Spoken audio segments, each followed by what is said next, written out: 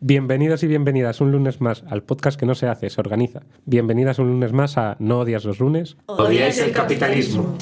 Cuando tengáis dudas en un grifo, a derecha, aprieta. A izquierda, ¡guau! Y nuestro enemigo es el poder, el que hay detrás de los gobiernos. Expropiese. El capitalismo, saben ustedes que siempre lo digo, es incompatible con la vida y por eso soy comunista. Y ahora les fastidia que vengamos aquí las gentes que hemos estado torturados y returados por la dictadura a poder hablar. Ese es lo que les puede hacer. Expropiese, señor alcalde. ¿Por qué no lleváis dispuesta contra toda villanía una hoz de rebeldía y un martillo de protestar? Expropiese. No odias los lunes. Lo primero, aunque seguro que por el audio ya lo habéis notado, estamos grabando en un super estudio. Solo nos ha costado 5 meses. 10 programas, que es nuestro 10º programa también. Es verdad. A ver si segunda temporada, ¿no? Y aquí estamos. Bueno, para que lo sepáis, estamos grabando en Radio Almenara, una radio comunitaria histórica en el barrio de Tetuán que lleva desde 1991 emitiendo. Y muchas gracias por dejarnos estar aquí y dar un espacio a un proyecto que por medios materiales e ideología seguramente no tendría cabida en ningún otro sitio. Después de dar la mega noticia, ¿qué tal estáis? Ana, Usu, Carlos. Pues todo bien, adaptándonos al nuevo estudio. Seguro que hoy alguna cagadilla técnica, esas cosas, habrá por ser la primera vez. Porque el resto de días no, ¿verdad? Salía todo pulidísimo. El resto de días era culpa del material, ahora si hay cagadas, culpa mía ya. Así es, ya no tenemos micro de SingStar, pero bueno, con nervios y con ganas. Sí, pues yo el fin de semana estuve en una casa que tenía una sauna. ¿Esto qué es? ¿Esto qué es? Esto no estaba en el guión, Ana. Y billar y futbolín, ¿eh? Y billar y futbolín. Ojito. ¿Se me está acusando de algo? De Que rico. tenemos aquí un capitalista y no lo sabía. Un terrateniente. No sabía que íbamos a esto de ahora si eres comunista no puedes tener...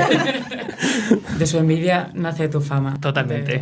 Bueno, vamos a empezar hablando del tema que vamos a traer hoy. Bueno, vamos a hablar de educación, básicamente. Vamos a hablar de educación. Y para ello, pues queríamos preguntarnos a ver qué os acordáis de vuestra época estudiantil, qué movilizaciones son las primeras que recordáis, o cómo vivíais huelgas, movimientos en vuestra época. O sea, yo recuerdo como más conscientes ya en la época universitaria, que era la época de la lucha contra Bolonia, así bastante importante. Y antes, en la época estudiantil, es que claro, yo fui a un instituto que según La Razón o el ABC o alguno de esos era el lugar en el que se criaban todos los cachorros de ETA.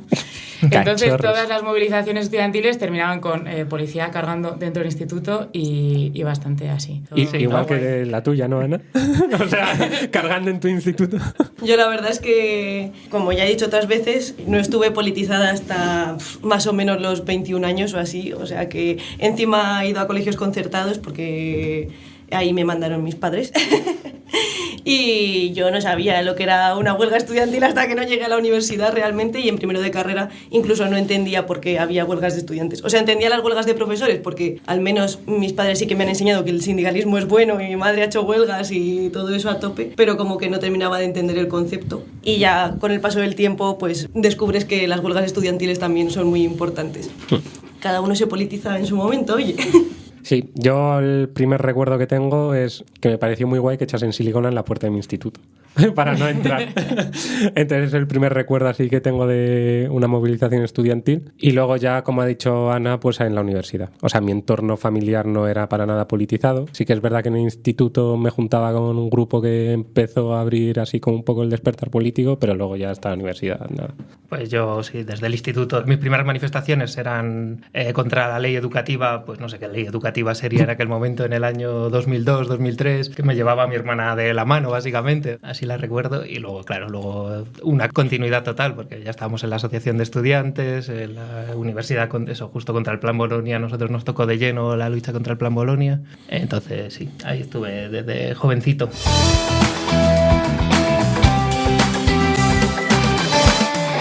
El podcast que no se hace, se organiza. Bueno, pues ya, como hemos dicho, vamos a hablar de educación y para ello hemos traído a una amiga, camarada, profe y sindicalista de la que aprendemos siempre muchas cosas. Y para este tema no iba a ser diferente, Marga Sain. Gracias por dedicarnos este tiempo y qué alegría tenerte aquí, la verdad.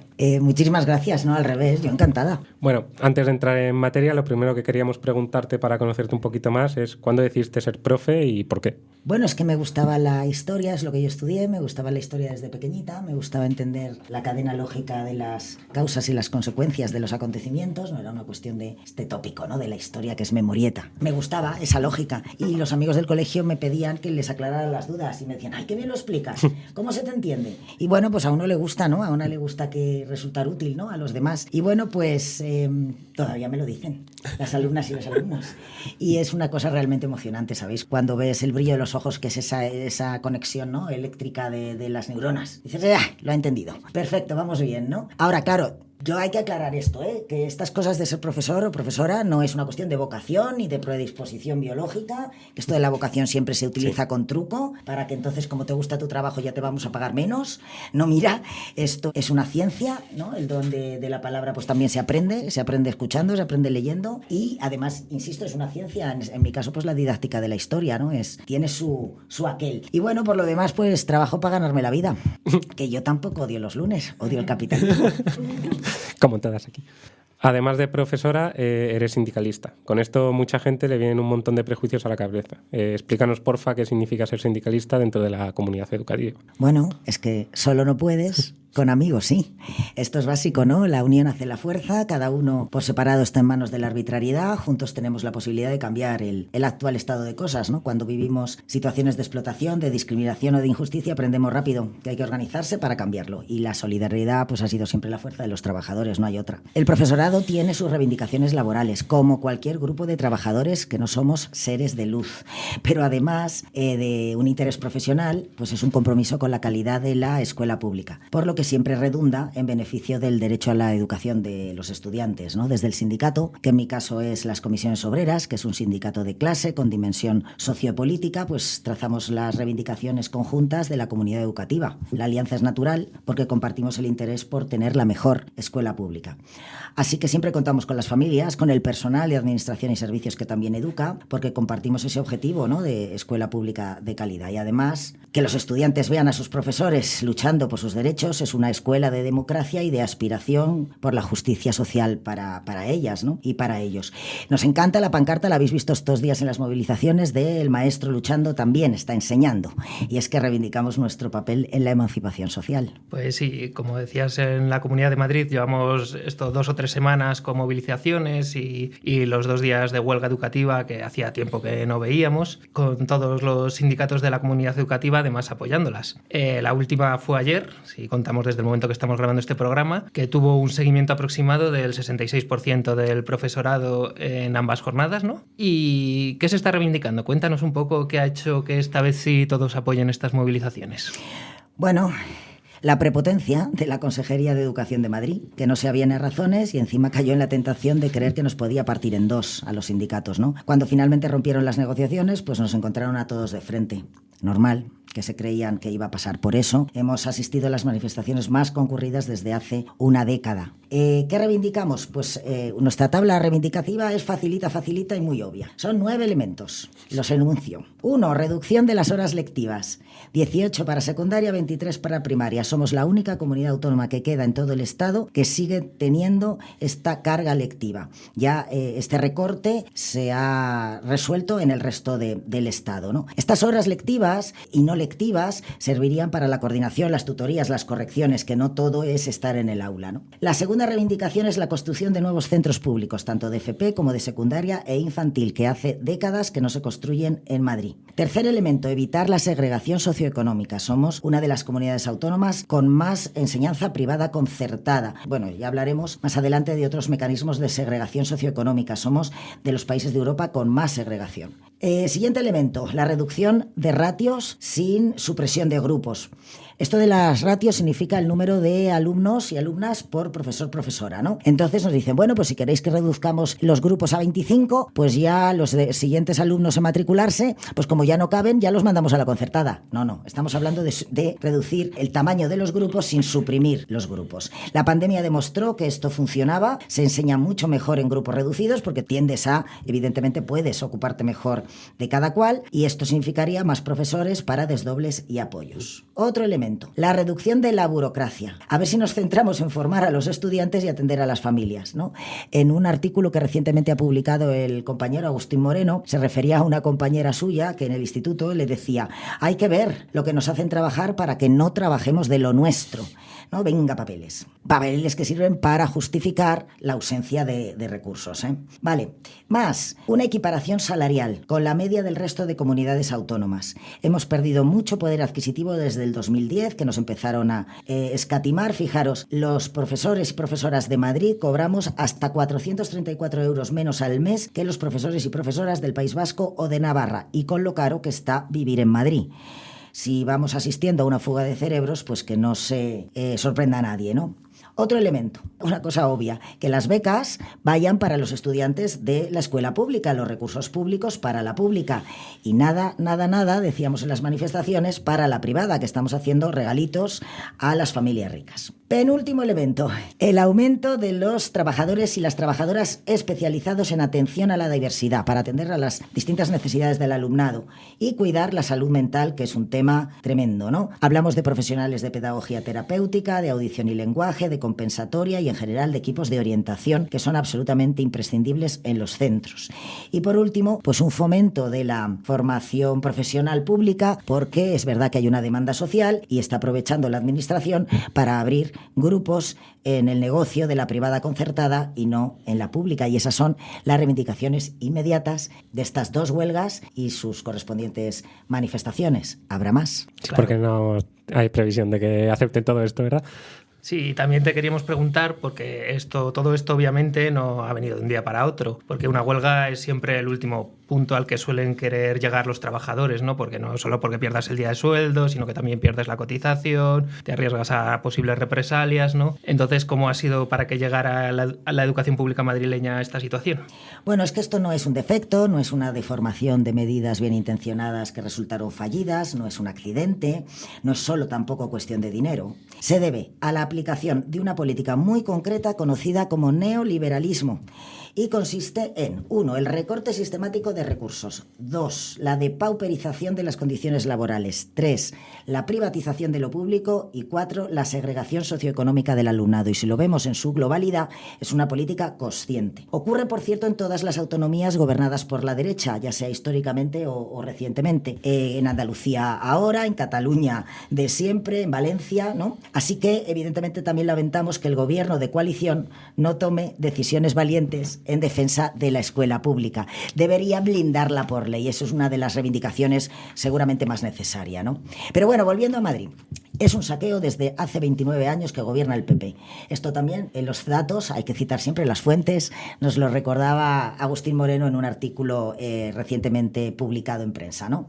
Mirad, la Comunidad Autónoma de Madrid es una de las más ricas y es de las que menos invierte en educación. La privatización es galopante hacia la privada concertada. Las cifras son, fijaros, solo el 40% en Madrid capital de alumnado va a la pública, frente al 90% del alumnado que en Europa va a la pública. Bueno, por no hablar, ya lo decía antes, de los cheques regalo, ¿no?, a estas familias ricas en infantil y en bachillerato. Eso es privatización. Venimos sufriendo además los mayores recortes en plazas, profesores y recursos para la escuela pública de toda España. Recientemente, el 14 de mayo, ha sacado un informe de escolarización en Madrid para el curso 24-25, la Federación de Enseñanza de Comisiones Obreras de Madrid, y ahí denuncia que Ayuso reduce a mínimos históricos la oferta de plazas en la pública obligatoria hasta el punto de hacerla desaparecer, fijaros lo que digo, desaparecer la secundaria obligatoria en la zona norte de la comunidad, la pública. En total, los datos son que suprime 712 aulas en la Comunidad de Madrid para derivar, claro, alumnado a la concertada. Se pierden entonces 2.756 plazas públicas en la comunidad, es decir, más de 700 profesores que simplemente no se van a contratar. Esta supresión de plazas, además, se hace antes del proceso de escolarización, con la intención siempre de derivar alumnado a la privada concertada. A su vez, como no se construyen ni arreglan los centros públicos, y si se hace es por fases con obras eternas y peligrosas, y si a su vez Ayuso ha blindado por ley los conciertos por 10 años, tengan o no tengan alumnos,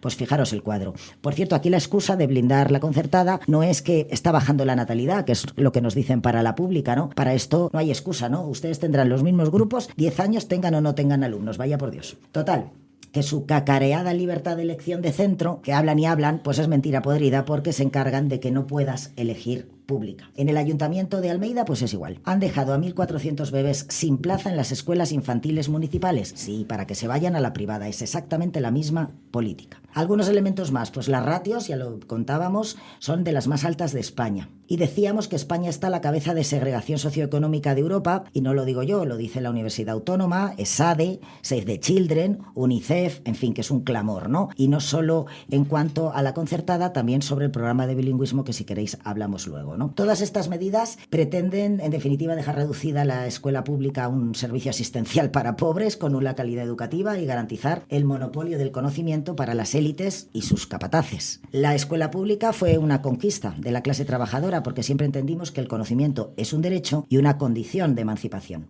Por eso, fijaros, cada vez que intentamos socializar el conocimiento, lo intentan evitar. El asesinato de las maestras y de los maestros republicanos en la Guerra Civil es el ejemplo histórico más sangrante. Pero también comentabais antes las movilizaciones sobre la ley Bolonia, ¿no? Estas barreras económicas, este invento de los másteres, ¿no? No fuera a titular demasiada gente. Total, que cualquier cosa con tal de que el hijo del obrero no vaya a la universidad. Si pueden, será solo para ellos, ¿no? Y tenemos que impedir, por tanto, que logren sus objetivos. Sí, y como decías, esto no es cosa de ahora, ¿no? Que llevan muchos años esta degradación, y la Marea Verde fue ese caudal de protesta que ya empezó hace 13 años contra la consejera de Educación de la Comunidad de Madrid de aquel momento, que era Lucía Figar, y que se extendió por todo el territorio español al conseguir algo muy complicado, como era unar la lucha y objetivos comunes, viendo cómo todas las reivindicaciones tenían como factor común luchar contra un proyecto político, ¿no? El proyecto político de estrangular a todo servicio público con el pretexto de no ser rentable. Como siempre nos gusta acabar con la parte positiva, ¿qué nos puedes contar que se haya logrado en estos años mediante la organización en la Comunidad de Madrid? Bueno, quizá pocas cosas concretas materiales, la verdad, el enemigo es poderoso. Pretenden que consigamos además cada recurso centro a centro. A veces hay que incluso mendigar. Realmente es insultante, ¿no? Parece que se lo tenemos que deber, ¿no? Que es gracia más que justicia, ¿no? Bueno, seguramente hayamos podido parar muchas cosas que se pretendían imponer en origen. La agenda del neoliberalismo es brutal, es incívica, es demoledora, y quienes la ejecutan lo tienen clarísimo. Oye, no tienen complejos. Su objetivo es destrozar la sociedad, ¿no? Realmente cuando inicias una lucha no tienes garantizada la victoria, pero la inicias desde el convencimiento de que es posible ganar. Reconocer esa posibilidad ya es una victoria, porque has salido del aislamiento y de la división. El aislamiento es tremendo, ¿eh? El individualismo creciente es la gran victoria del neoliberalismo y últimamente te lo inoculan desde eso que llaman la psicología positiva, el coaching, el mindfulness. Sabéis que hay proyectos de esto en los centros, ¿no? Cualquier cosa para que vivas aislado, en soledad, sintiéndote culpable, ¿no? Así que cada vez más psicólogos, ¿verdad?, les dicen a sus pacientes que lo que necesitan no es una terapia, sino un sindicato, ¿no?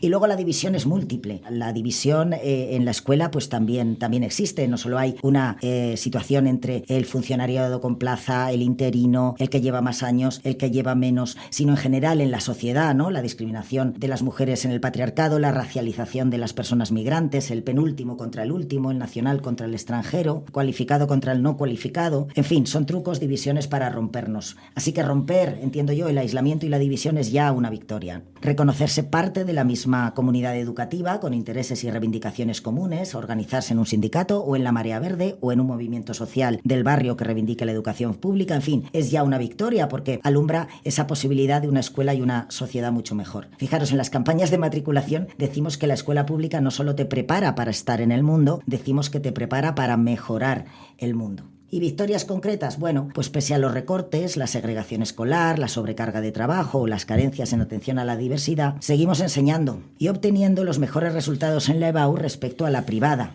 Aunque, cuidado, somos los 11 de 17 a nivel de España.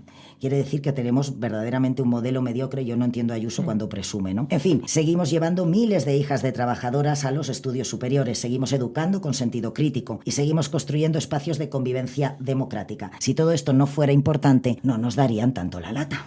Ahondando en estas victorias que se han conseguido durante estos años, ahora te pregunto de cara a futuro, ¿no? ¿Qué victorias que vengan desde la organización de toda la sociedad? Porque esto no es solo cosa vuestra de los profesores y de la comunidad educativa, tenemos que tener el apoyo de toda la sociedad, se necesitan para tener una enseñanza pública de calidad y universal.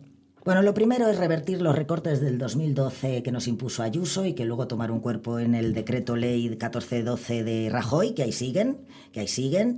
La Comunidad Autónoma de Madrid tiene capacidad económica sobrada. Bajar las horas lectivas, fijaros que es una de las reivindicaciones que estábamos planteando, es solo el 12% de los 1.200 millones que Ayuso regala a los ricos en el impuesto de patrimonio al año.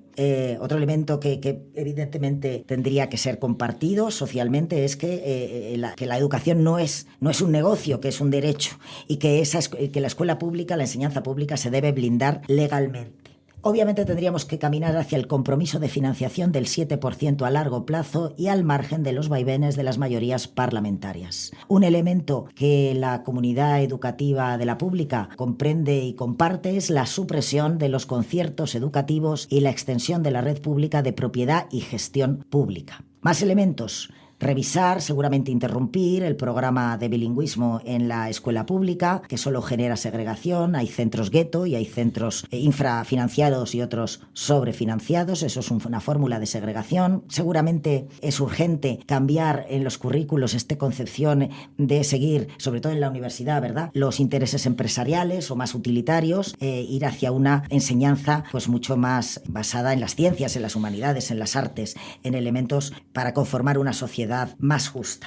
No solo es eliminar de raíz los conciertos, con urgencia los más reaccionarios, sino también avanzar en la laicidad de la escuela y, desde luego, socializar, como no, los recursos que han estado hasta ahora en la privada concertada y que en definitiva se los hemos regalado del dinero público, ¿no? Creemos que la escuela debe ser emancipatoria para las trabajadoras, que la educación popular se debe hacer contando con la participación de la comunidad educativa. Pero claro, todo esto solo se logra con la movilización y con la lucha sostenida. Y eso es a lo que nos tenemos que dedicar, porque desde luego no nos lo van a regalar.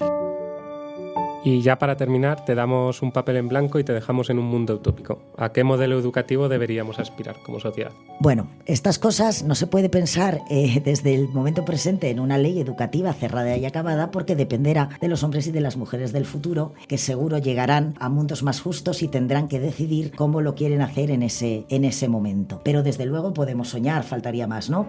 En todo caso sería uno donde primara, desde mi punto de vista, el afán de conocimiento por encima de intereses mercantiles, empresariales o enfoques utilitarios. A veces, es verdad, tenemos que vivir para trabajar y a veces hay que estudiar para lograrlo, faltaría más, pero imaginaros un mundo en que simplemente la educación formara seres humanos en todas sus potencialidades y no simplemente en una educación para formar mano de obra servil, ¿no? Un modelo educativo que potenciara estudiar por el mero placer de saber. Esto lo cuento en clase a los adolescentes y les entra la risa. Por el mero placer de saber. Los griegos, estos que los profes siempre tenemos muy presentes, ¿no?, los clásicos, consideraban que el bien moral se obtenía a través del conocimiento, ¿no?, y históricamente nos referenciamos, ¿no? Pero a mí me gusta mucho terminar con Star Trek. La saga. Ojo al giro. Star Trek. Bueno, Star Trek en realidad es un mundo muy avanzado, ¿no? Es un mundo donde todos tienen ya satisfechas sus necesidades básicas y han entendido que la paz entre especies, porque en Star Trek hay varias especies de inteligencia, ¿no?, es que la paz es condición para el desarrollo del conocimiento. Entonces se dedican a llegar a lugares donde no ha llegado nadie más, ¿no? Entonces se trata de ampliar los límites de las ciencias y a interrogarse éticamente por sus implicaciones. Toda la ciencia ficción, toda la literatura, toda la producción de ciencia ficción se ocupa de imaginar esas utopías y está hermoso, ¿no? Ahora bien, los proyectos políticos revolucionarios tratan de convertir esas utopías en realidades sociales. El comunismo, por ejemplo, por lo que sea.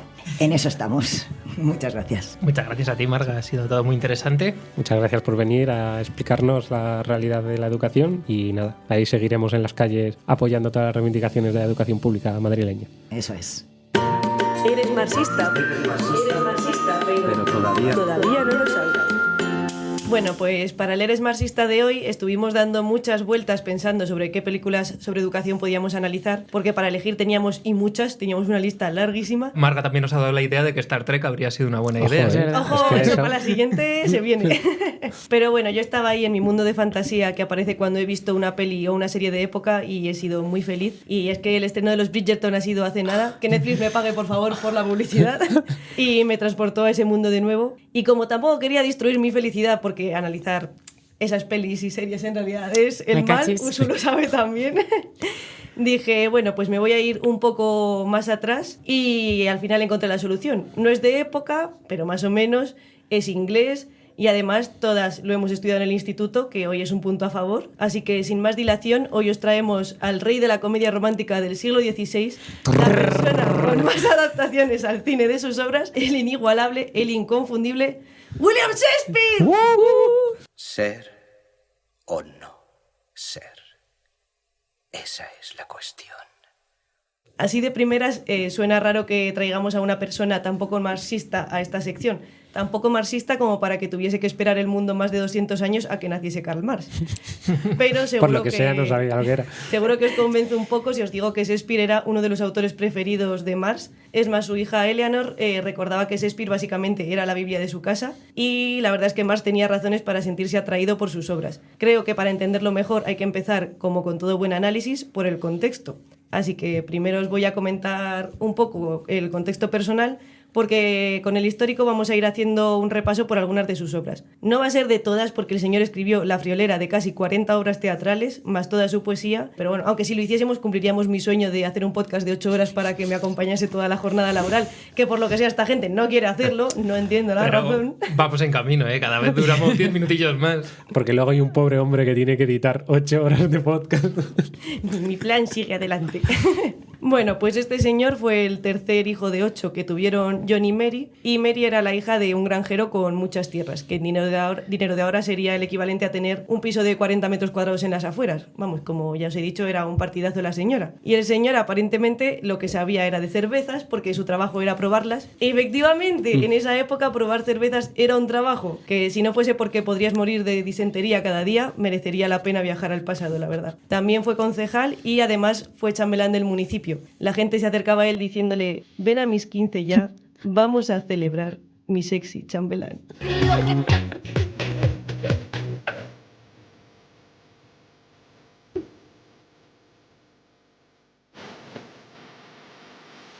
Esperamos que esto no tenga derechos de autor. Eso hemos pensado, pero O sea, demasiado casero, ¿no? Da igual. El mejor momento del programa lo siento, es escuchar a esta mujer. Si no entiendes la referencia, no eres millennial, eso está claro.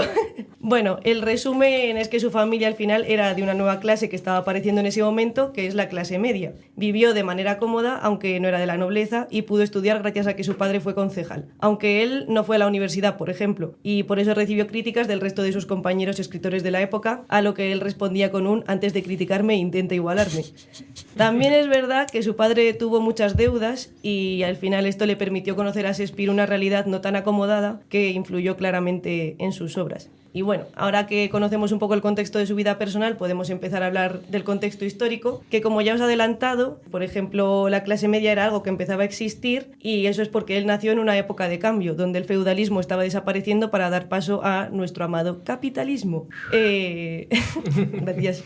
Los aplausos Al capitalismo en este programa, por lo que sea. Era una época en la que se cuestionaban viejas ideas, tradiciones y creencias, y fue una época de transición. Empezaba una ruptura decisiva con el pasado medieval y el comienzo de un nuevo periodo histórico. Así que en una palabra fue una época de revolución.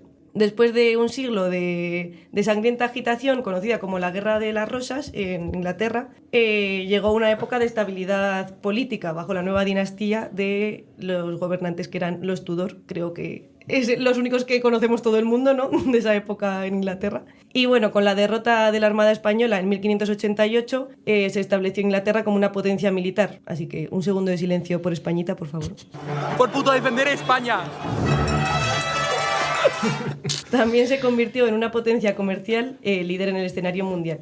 Había un espíritu de aventura y de cambio. La colonización de América aportaba nuevas riquezas a su país y a su monarca. Aquí tenemos la acumulación primitiva, que por lo que sea no está basada en ser un emprendedor que se levanta a las fucking 5 de la mañana, sino más bien en el expolio a los agricultores, el robo de los piratas y la esclavitud. Y así apareció una nueva clase social, la burguesía, que empezaba a acumular riquezas al margen de la nobleza o el clero. Y además de su éxito como centro comercial, pues Londres también fue un importante centro cultural donde prosperaron el aprendizaje y la literatura. Ahora prosperan los ingleses ingleses cuando evitan la muerte al tirarse desde un quinto de un hotel hacia una piscina, así que bueno, la época da para lo que da. Y bueno, en esta explosión del arte, la ciencia y la literatura, pues se vio la expresión de cambios fundamentales en la vida económica y social de la sociedad. Fue el surgimiento de una economía basada en el dinero y el comercio en lugar del sistema feudal que estaba basado en la posesión de la tierra. Esto es un cambio importante porque previamente la Iglesia, por ejemplo, consideraba la usura un pecado mortal y a los cristianos se les prohibía prestar dinero con intereses. Igualita que ahora la Iglesia con sus tropecientas empresas e inversiones, la verdad.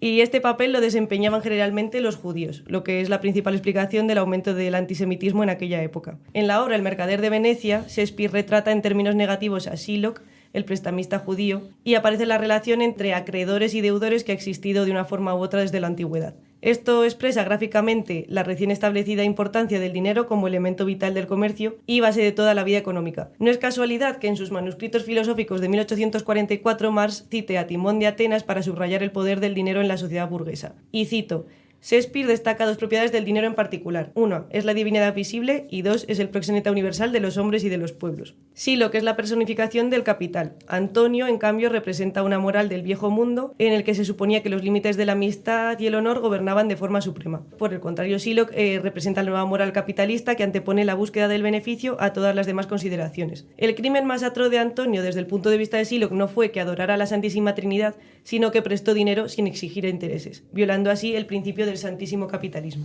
Que la sanción consista en una libra de vuestra propia carne. La obra también explora cómo el poder económico influye en la justicia. El juicio de Shylock es un claro ejemplo de cómo la ley puede ser utilizada para mantener las estructuras de poder existentes y oprimir a quienes están fuera de estas clases dominantes. En este periodo, como observó Marx, una gran parte del pueblo inglés fue criminalizada, procesada y ejecutada por el crimen de ser pobre. Que esto nos huele un poquito a buena época franquista, así que, como veis, nunca se ha inventado nada. Durante el reinado de Enrique VIII, nada menos que 72.000 personas fueron acusadas de ladrones y fueron condenadas a muerte. Esto creó al final una reserva interminable de personajes para las obras de Shakespeare, como pueden ser mendigos, ladrones, prostitutas, desertores y similares. Por ejemplo, Sir John Falstaff, madre mía, es que me pone un nombre más complicado en inglés. Sir John Falstaff, que es un personaje que aparece hasta en 4 obras, es una personificación de las profundidades más bajas de la sociedad isabelina. En uno de sus discursos más famosos transmite con precisión la transición de una sociedad que se está deshaciendo del feudalismo y de esta antigua moral basada en ideas como la lealtad a los superiores o el honor, hacia consideraciones más prácticas, especialmente de tipo monetario. Y aquí os tengo que poner un audio en inglés, lo siento porque no he encontrado en español, pero bueno, tampoco creo que os suene raro porque es escuchar a un inglés borracho y es su mayor exportación a nuestro país, así que... An old man cannot make him laugh. That's no marvel.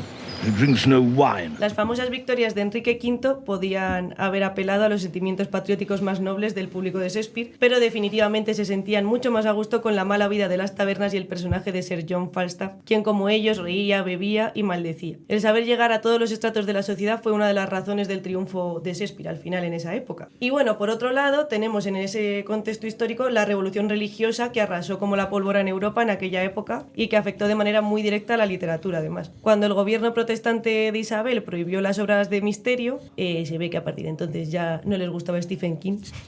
He hecho un poco broma, Elías. Sí, un poco del programa, ¿vale?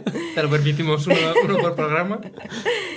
Pero bueno, volviendo al caso, se abrió la puerta al surgimiento de un nuevo teatro secular. Hasta entonces el único teatro estaba, como hemos dicho, estrechamente vinculado a la Iglesia y esto fue lo que hizo posible el éxito de Shakespeare. La nueva clase media quería ver nuevas obras teatrales que eran símbolo de una libertad que antes no tenían, ya que no podían decidir de qué hablaban los teatros que veían. Sin embargo, ahora como mecenas, por ejemplo, podían influir. Y también era una manera de demostrar sus privilegios porque no todo el mundo podía permitirse los mejores asientos en el teatro. En esa época, la Iglesia Católica había dominado la sociedad durante generaciones, ejerciendo una dictadura absoluta, y en las obras de Shakespeare encontramos numerosas referencias hostiles a España, que en ese momento era la lanza del catolicismo, y contra los métodos de la Inquisición española. Que yo estoy muy de acuerdo en que se critique la Inquisición española, pero también es verdad que ellos metían a señoras en el fuego esperando a ver si volaban, así que te quiero decir que no sé quién tenía mejores métodos. Y la religión jugó, como veis, un papel muy importante en el sentimiento nacionalista de Inglaterra. La conciencia nacional inglesa se desarrolló en el curso de la Guerra de los 100 años contra Francia y esto se refleja en las obras de Shakespeare, especialmente en Enrique V. En Enrique V, Shakespeare presentó una visión compleja del liderazgo y la guerra. Enrique V es retratado como un líder carismático, pero la obra también puede ser leída como una crítica de la propaganda y la manipulación ideológica. La famosa escena del discurso de San Crispín enriquece la moral de los soldados comunes, pero también puede interpretarse como una herramienta de manipulación porque Enrique utiliza ese discurso para unir a sus tropas y legitimar una guerra, reflejando cómo los líderes utilizan la ideología para movilizar y controlar a las masas. Quien sobreviva a este día y vuelva sano a casa, se pondrá en las puntas de los pies a la mención de la fecha y se crecerá el nombre de Crispín. La obra también explora cómo la identidad nacional y el orgullo se utilizan para subyugar y unir a diferentes clases sociales bajo un mismo objetivo, a menudo en beneficio de la clase dominante. Todos juntos por Inglaterra, sí, pero no todos con los mismos beneficios al final del día. También la época de Shakespeare es la época de Maquiavelo, que no es solo un magnífico nombre para un gato gordo como sale en la peli de Luca. Machiavelli. Fue el hombre que explicó por primera vez que la conquista y el mantenimiento del poder político no tiene nada que ver con la moral. El Estado en sí es violencia organizada y la toma del poder estatal solo puede lograrse por medios violentos. Los moralistas le causaron muchas dificultades al filósofo italiano en su momento, pero la historia ha demostrado que su análisis era sólido. Y este tema se ve en obras como Macbeth, por ejemplo, una tragedia que examina el poder y la ambición desmedida. Desde una perspectiva marxista, la obra puede interpretarse como una crítica de la ideología feudal y la violencia que sustenta el poder monárquico. Mañana y mañana y mañana se arrastra con paso mezquino día tras día, hasta la sílaba final del tiempo escrito. La luz de nuestro ayer guió a los necios hacia el polvo de la muerte. Macbeth, un noble que se convierte en rey a través del asesinato, personifica la corrupción inherente del sistema feudal. Su ascenso al poder y su posterior caída muestran cómo las estructuras feudales están sostenidas por la violencia y la explotación, que nos recuerda un poquito a algo, ¿no? Y al final parece que no se trata solo de lavar las manchas de sangre, sino de limpiar todo el sistema. Por regla general, el mensaje de las obras históricas de Shakespeare es promonárquico y en ese sentido, pues fue conformista, obviamente. Sin embargo, en varias de sus obras da rienda suelta a un pensamiento un poco más subversivo, digamos, o incluso revolucionario, podríamos llegar a decir. Aunque provenía de un entorno relativamente privilegiado, era capaz de comprender la miseria y los sufrimientos de otras personas. Sí, el otro día hablaba con Trinidad, con otro compañero, que justo que sí, que puede ser un poco promonárquico y tal, pero ya nos gustaría haber tenido un Shakespeare que pudiese meterse con la monarquía española aquí en España, que no ha habido ningún autor así importante que haya podido hacer esa crítica que puede verse en ciertas obras de Shakespeare, ¿no? Sí, al final tenía que sobrevivir, obviamente,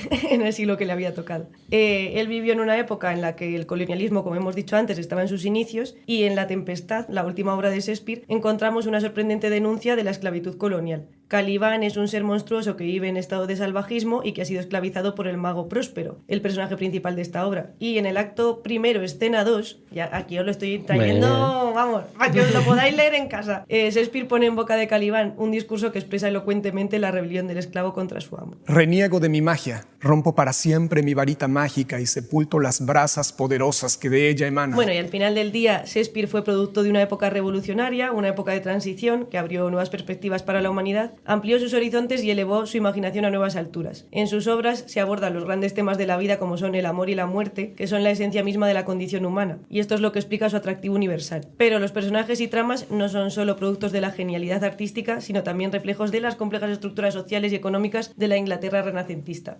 Y al hacerlo, Shakespeare ofrece una profunda crítica de las relaciones de poder y las ideologías que sustentan las jerarquías sociales. Shakespeare no sería un revolucionario, pero al igual que le pasaba a Marx, nos encanta leerle y solo por eso ya se merecía su pequeña sección.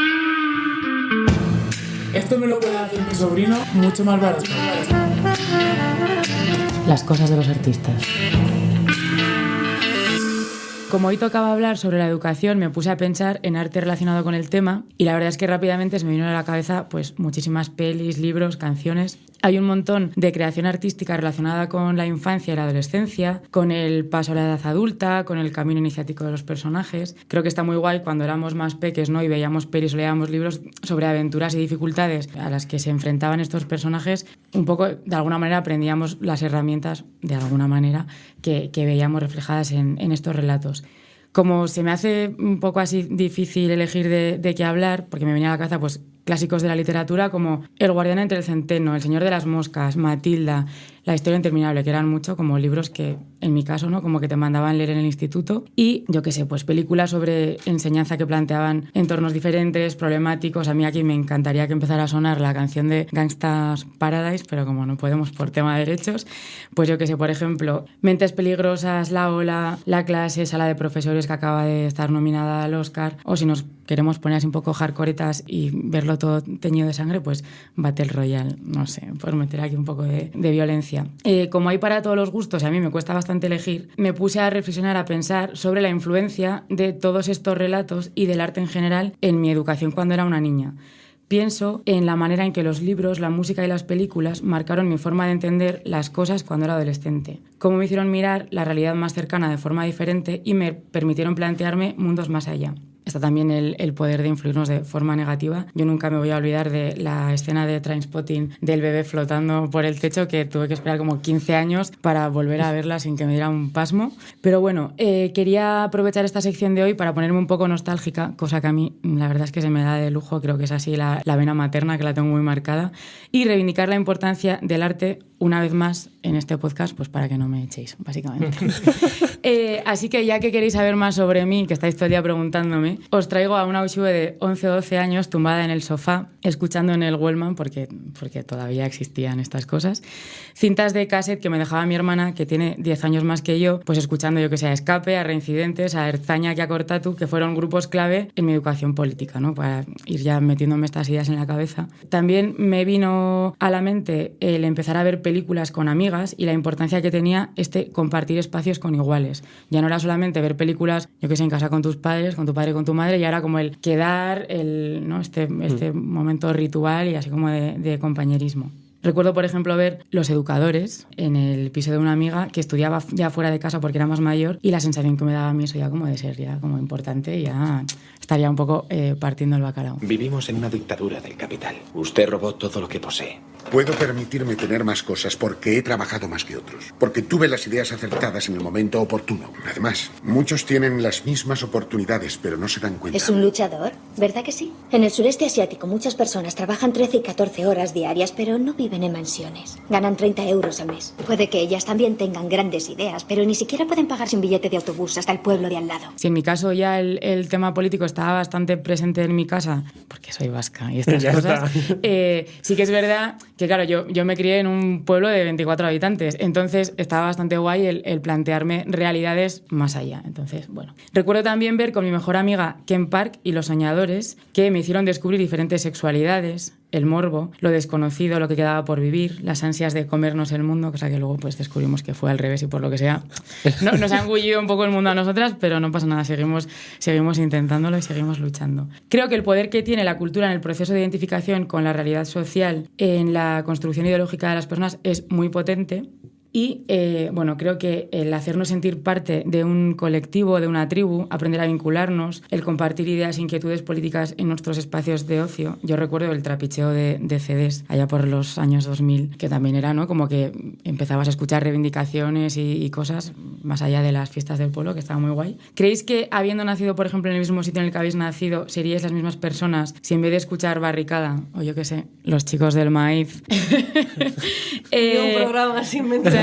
Ni un programa. La verdad que lo he puesto solo por eso, porque yo era ya vieja cuando empecé a escuchar a Los Chicos del Maíz. Pues, ¿creéis que si solamente no escuchara música despolitizada seríais iguales? Pues yo creo que no. No, obviamente no. Por eso hoy, siendo consciente de todos los factores que influyen en nuestra educación, pensando en el entorno cercano, en la realidad material, en todas las profesoras que formaron parte de mi vida, las que me ayudaron a querer saber cada vez más, también las que me hicieron sentir a veces rabia y frustración, porque es así, y en las que me pusieron una película en clase para llevarme de viaje, o las que me dejaron un libro porque me veían devorándolos, me gustaría preguntaros si vosotras también sentisteis relatos ajenos como propios y cómo creéis que influyeron en vuestra toma de conciencia política. De hecho, y ahora ya os suelto y os dejo hablar porque esta es una sección hecha colectivamente, así tengo que redactar menos. además de tener curiosidad por saber cuáles las pelis o los libros o las canciones que os marcaron, me gustaría que me contarais un poco en qué momento o de qué manera sentisteis ese despertar y ese interés por la política. Habla. Bueno, pues hacedme la sección. Claro, es que ahí pienso en cosas y me vienen cosas como más directas, aunque yo creo que todo te va influyendo al final, que es una suma de cosas, ¿no? Uh-huh. Porque sí, me vienen libros, pero claro, me vienen los que ya son más directamente políticos, de cuando me leí pues los diarios de Guevara y entonces ya me quería ir al monte directamente con mi motocicleta. Cuando leí El Capital. Creo que no toco la adolescencia.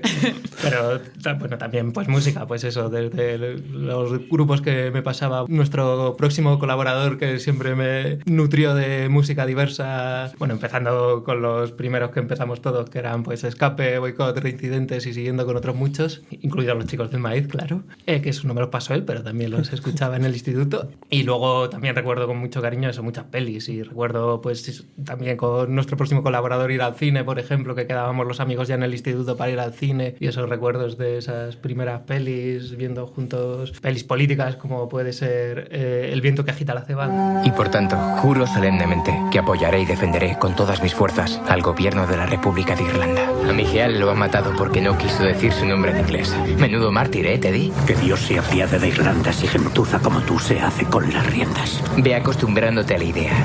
Me han ordenado ejecutar a los espías. ¿A Chris también? Es un traidor, estamos en guerra. También se está convirtiendo en costumbre este programa traer a Ken Loach en todos los programas también. Vaya. No sé por qué. Y bueno, pues eso, luego que recuerdo muchas pelis. También, bueno, veo que tenemos otro corte de Las 13 Rosas, que es una peli que igual no me gusta mucho, pero que sí que me marcó mucho también en la adolescencia, y también recuerdo con mucho cariño el momento de ir a verla y que sí formará parte de mi educación política. Que además que era como muy impactante, ¿no? O sea, como que en esa época, que luego ya puedes revisitarla como sea, pero que era, yo creo que muy impresionante. Sí, o la película de Salvador Puig-Antich, también la recuerdo con la misma esa impresión que te deja hablando semanas con tus compañeros de instituto de la película, ¿no? Trataban de reorganizar las juventudes socialistas. Esa organización clandestina de inspiración marxista, cuya finalidad era provocar el desorden y boicotear todas las iniciativas del engrandecimiento patrio a base de infamias, mentiras, atentados, lucha de clases, en fin, comunismo y masonería. Y gracias a su detención se logró abortar un atentado que habían planeado para el día del desfile de la Victoria. Por todo ello, en nombre del jefe del Estado, este Ministerio Fiscal solicita para todos y cada uno de ellos la pena de muerte. ¿Y vosotros qué recuerdo tenéis? Yo voy a bajar un poco el nivel porque, claro, empecé a decir aquí, pues, eso, yo leí El Capital con 12 años. No leí El Capital, pero casi. Pero es que tenía una hermana mayor que ya militaba en el Partido Comunista y ya me iba pasando todo, sí. O sea, yo mi despertar político así más claro fue cuando en la universidad, por sacarme un poco de dinero para ya salir más y cosas así, que eso, ya empiezas a gastar como una persona adulta y tu familia da para lo que da. Estuve a punto de ser rider en Deliveroo y eso dije, eso de... No o sea, sé por qué. Pagar yo cotización a Seguridad Social para trabajar por una empresa, como que no. Y ese fue como el punto de inflexión, pero si tengo que recordar así más en la niñez algo que me haya podido influir y que ahora viéndolo en perspectiva podría ser, es leer los cómics de Asterix y Obelix. Sí, en el año 50 a.C., toda la Galia estaba ocupada por los romanos. ¿Toda? No, seguía resistiendo al invasor una pequeña aldea rodeada de fortificaciones romanas. Un pueblo pequeño, ¿no? Está en lucha contra literalmente un imperio, un reflejo de la lucha contra el imperialismo, de cómo esa aldea intenta seguir teniendo su cultura, sus costumbres, no se deja vencer ante, pues eso, una fuerza militar bestial que quiere arrasar con ellos y absorberlos de esa manera. No sé, parece una tontería en comparación con todo lo que has dicho. No, pero para nada. A mí me parece muy interesante, como que creo que deja ahí un pozo, pero que no eres consciente cuando eres niña, ¿no? Que lo estás leyendo y para ti es como, qué guay, está peleándose el del pescado con el otro, ¿no? Entonces, o sea, y que me parece que es una manera muy inteligente y muy hábil de introducirte esas ideas, ¿no? Y de plantearte, pues eso, que cuando tienes 10 años no dices, el imperialismo, ¿qué más? Pero pero está ahí. Ahí está. Sí, también tiene otro, para nuestra sección de Eres Marxista, también podemos hacer un Asterix y Obelix. Hoy apuntando, avanzando. Para la segunda temporada. Bueno, a mí me pasa un poco como a Miguel, ya lo he dicho antes, no estuve politizada hasta casi los 21 años. Sí que tenía cierta politización porque en mi familia pues pues más o menos era de izquierdas, pero es verdad que tampoco había militancia. Y bueno, pues mi abuela sirvió en una casa, entonces pura clase obrera, quiero decir que al final todo te influye en la vida.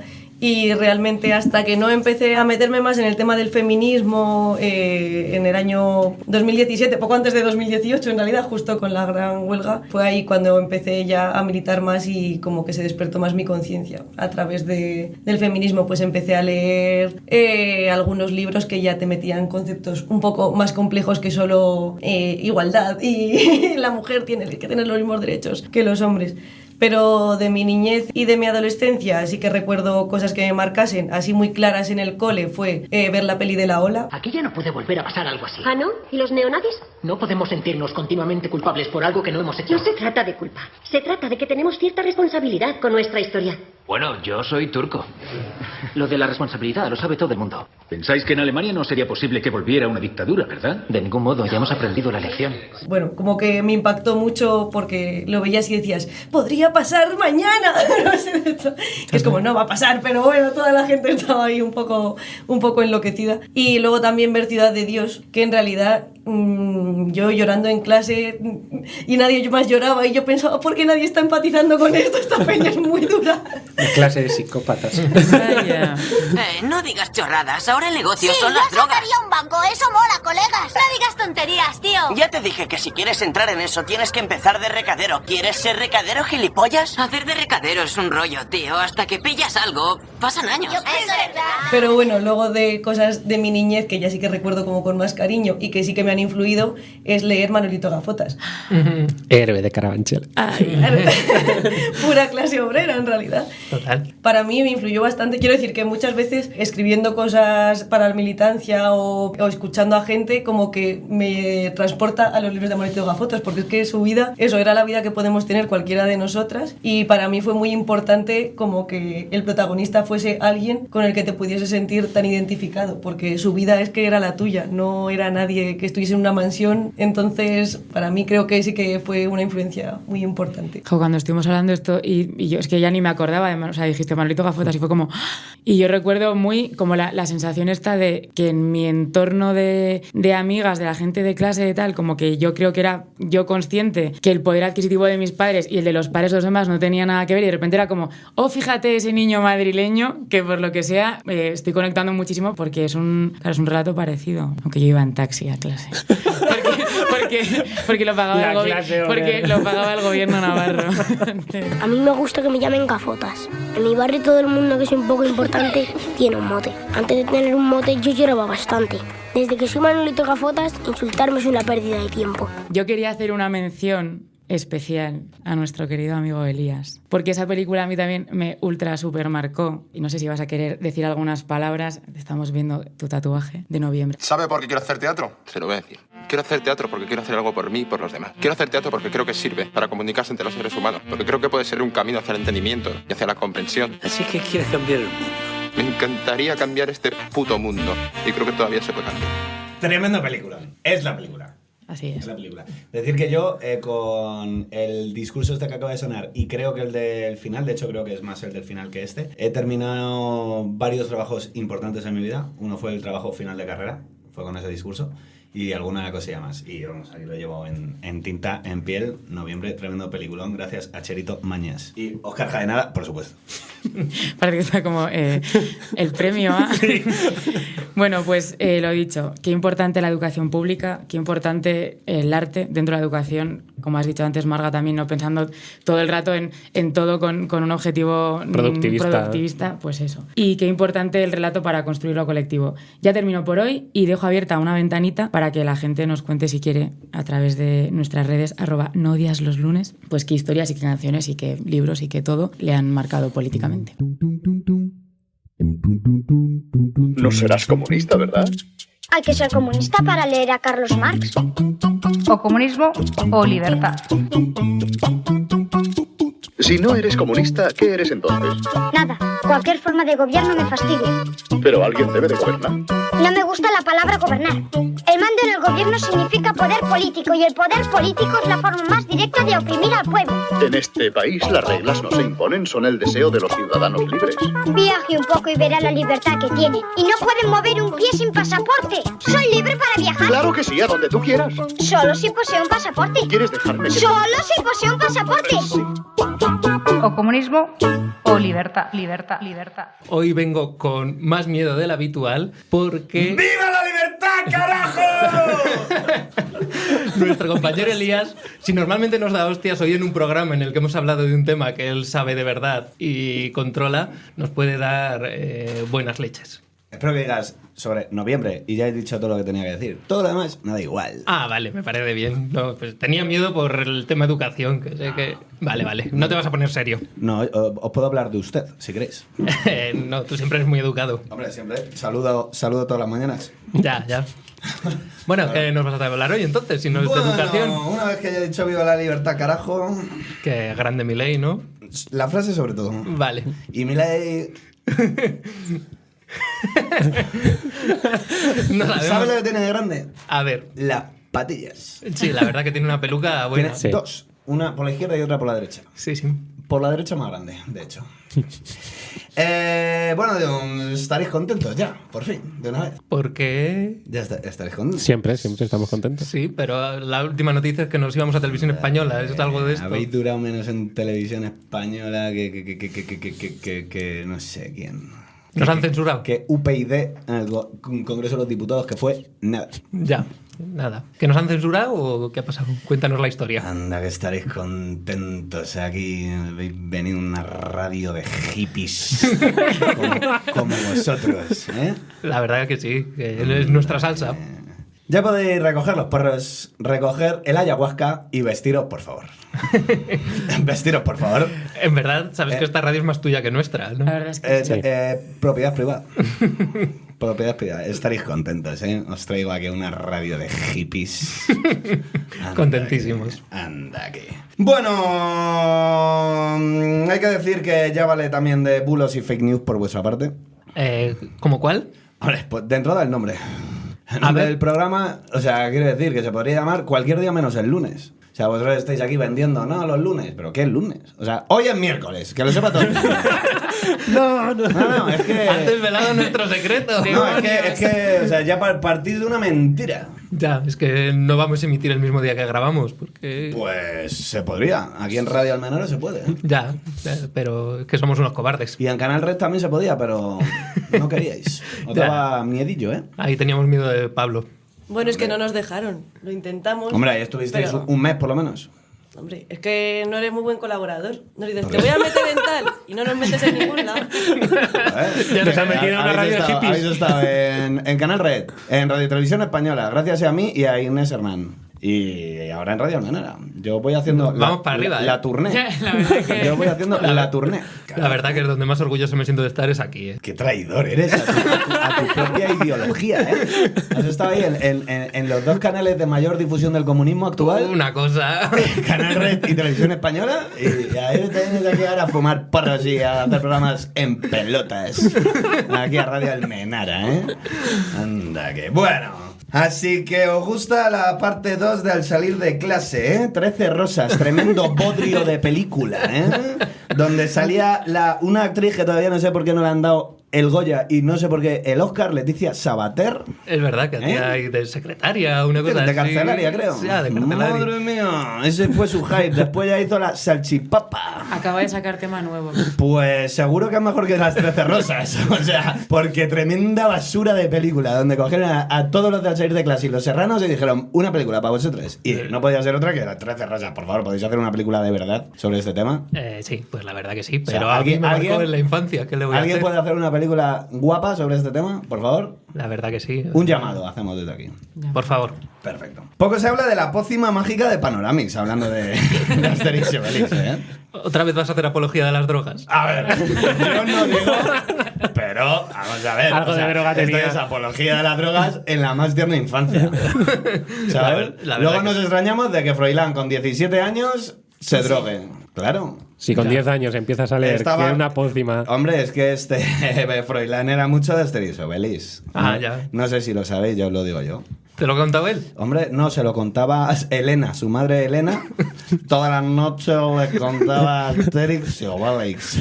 ¿Sabes? Pues Asterix y Obelix leído por Elena. Imagínate ese audiolibro. Imagínate a Marichalar diciendo Panoramix. Tremendo, la verdad es que sí. No, Ciudad de Dios, tremendo peliculón. Por fin habláis de cosas guapas en este programa. Madre mía, te has ganado un halago. Tremendo peliculón. Dándote un halago. Es que de Ciudad de Dios, tremendo peliculón, por supuesto. Y una cosa de esta que estáis hablando, de conciencia de clase y así, molaría poner de manifiesto el pedazo de podcast que tenía Quique Peinado, que era Dile que baje, en el que se habla de esto continuamente. Sí, muy guay. Así Y que... además el programa que entrevista a Elvira Lindo con Manolito Gafotas está muy guay. Sí, tiene varios muy buenos. Lucía Monbío es brutal, el de Daniel Goodman. Sí. Es brutal también. Bueno, y hasta aquí ya suficiente sería. Le has nombrado para que le podamos nombrar en redes, a ver si nos Arroba Daniel Goodman. Ya con decirlo. Y que aquí, venga aquí que peinada aquí un día. Pues Es vecino. Es vecino, sí. Efectivamente. Con decirlo aquí, arroba Quique Peinado, arroba Daniel Guzmán, ya les llega. Vale. ¿Vale? Hay que decir arroba primero, si no. Vale. Ya está saltando ahí notificación. Bueno, ya, vamos a dejar de hablar de cosas serias, que yo no vengo aquí a eso. Este programa tiene el problema tradicional que tiene la izquierda. A ver.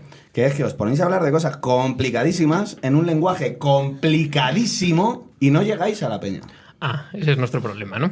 Efectivamente. Y entonces yo vengo aquí a bajar el lenguaje a tierra para que lo escuchen todos los mortales. Muy bien. Tú conectas de tú a tú con la clase. Efectivamente. Muy O sea, bien. es la solución de la izquierda. Lo teníamos aquí. Vale. Yo digo, of course. Vale. Pues, a ver, empieza. Of course.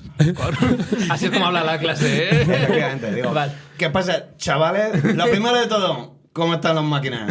Vale. Y así nos entendemos de tú a tú. Muy bien. Perfecto. El otro día estuve el lunes. El lunes. No hoy, miércoles. No, el lunes. Estuve en Getafe. ¿Qué son las fiestas? Efectivamente. Yo voy el sábado. Yo Oye, estuve el eso. lunes viendo a Judeline. Muy bien. Tremenda máquina esa chavala, ¿eh? La veo unas cuantas horas al día por razones que no voy a contar aquí. Yo solo la vi... ¿Por qué, Carlos? Nos interesa. Pues editar un programa de televisión en el que sale eso ella. es más aburrido. Eso no me interesa. Lo llego a saber y la daba recuerdos el otro día, pero eso no me interesa, si es por trabajo. Y el otro día en las fiestas de Getafe se dio un paralelismo social con la España de hoy en día. A ver. Estaba la caseta, vuestra caseta. ¿Con propiedad? La de los ordenadores. La caseta del PC. Sí. Estaba ahí con una gentecilla. Además estaba ahí cerca del concierto. Entonces estaba ahí la juventud. Los chavales con unos calimochos. No sé qué. Vale. Aplaudían. Era el lunes, era... Algún porrillo. Ojo. Había. Algún perro por ahí. ¿Y alguna flauta?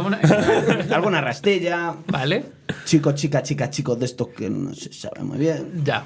Ese era el ambiente ahí, ¿no? Sí, me lo imagino. Y en el otro lado, en el extremo opuesto, Vale. estaba Vox, con 3 o 4 personas en la caseta. Vale. El Partido Popular, con otras 3 o 4 personas en la caseta. Y la caseta del PSOE cerrada.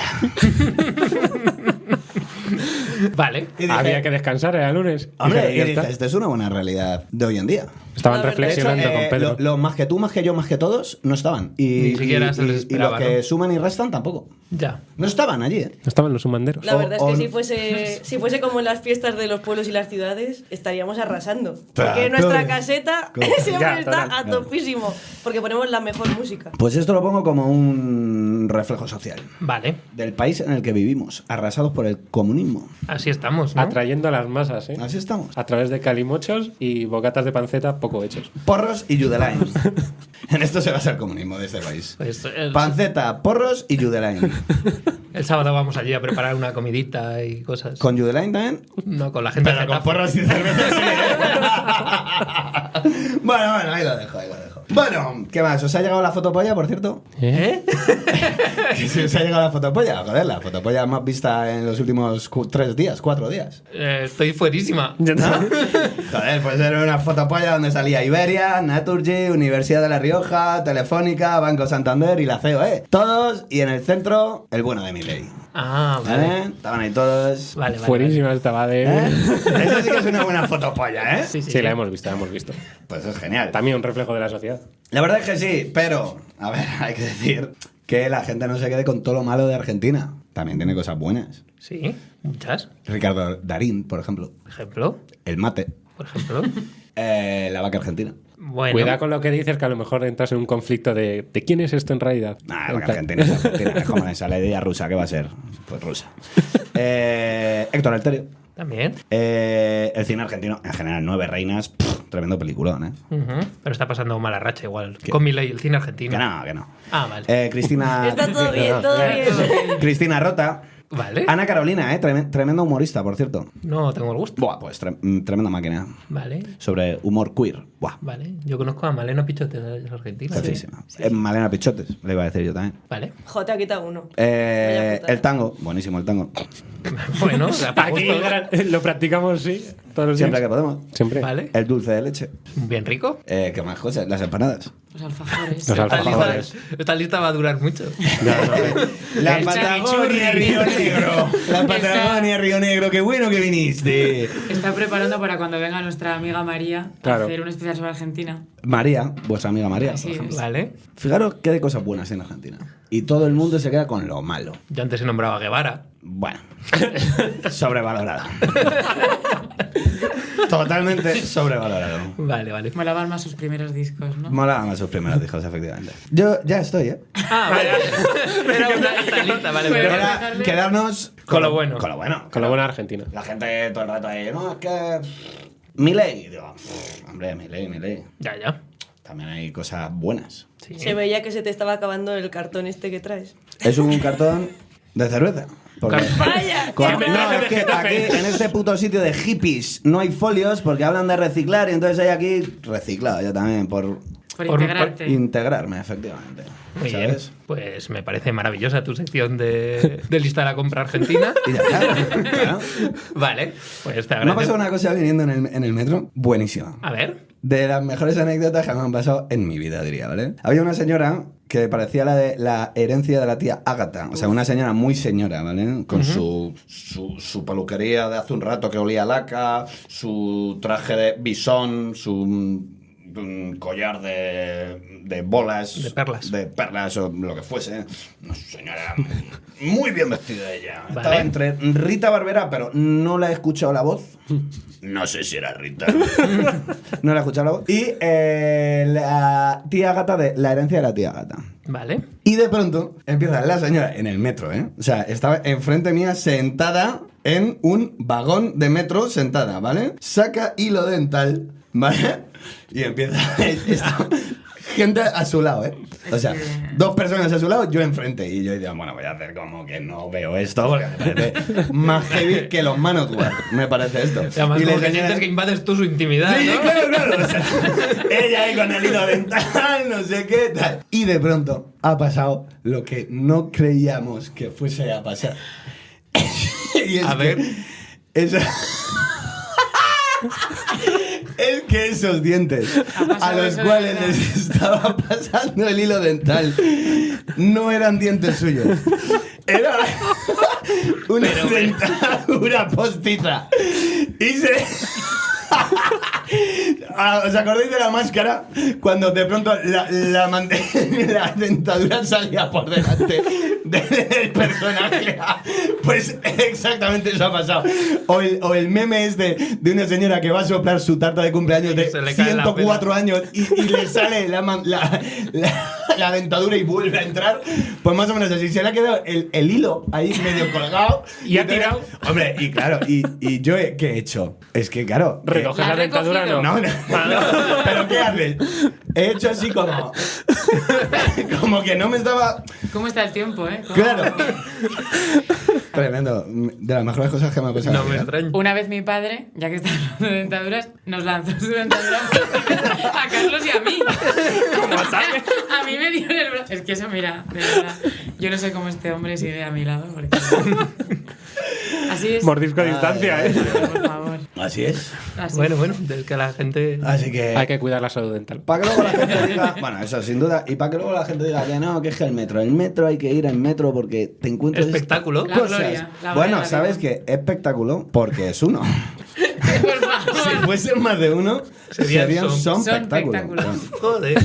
Dicho esto, yo ya, o sea, hace ya un rato. Ni un programa muchas gracias. Ninguno. Muchas gracias por gracias haber venido a tu programa. Claro. ¿Cómo se llama hoy tu programa? Ya lo he dicho antes, no me acuerdo. En cualquier día menos lunes. Miércoles, porque hoy era. Bueno, pues muchas gracias a todos por escucharnos y recordad que no odiéis los lunes. ¡Viva la libertad, carajo! ¡Odiéis el capitalismo! Cuando tengáis dudas en un grifo, a derecha, aprieta. A izquierda, ¡guau! Y nuestro enemigo es el poder, el que hay detrás de los gobiernos. Expropiese. El capitalismo, saben ustedes que siempre lo digo, es incompatible con la vida. Y por eso soy comunista. Y ahora les fastidia que vengamos aquí las gentes que hemos estado torturados y returados por la dictadura a poder hablar. Ese es lo que les podemos tener. Expropiese, señor alcalde. ¿Por qué no lleváis dispuesta contra toda villanía una hoz de rebeldía y un martillo de protesta? Expropiese. No odias los lunes.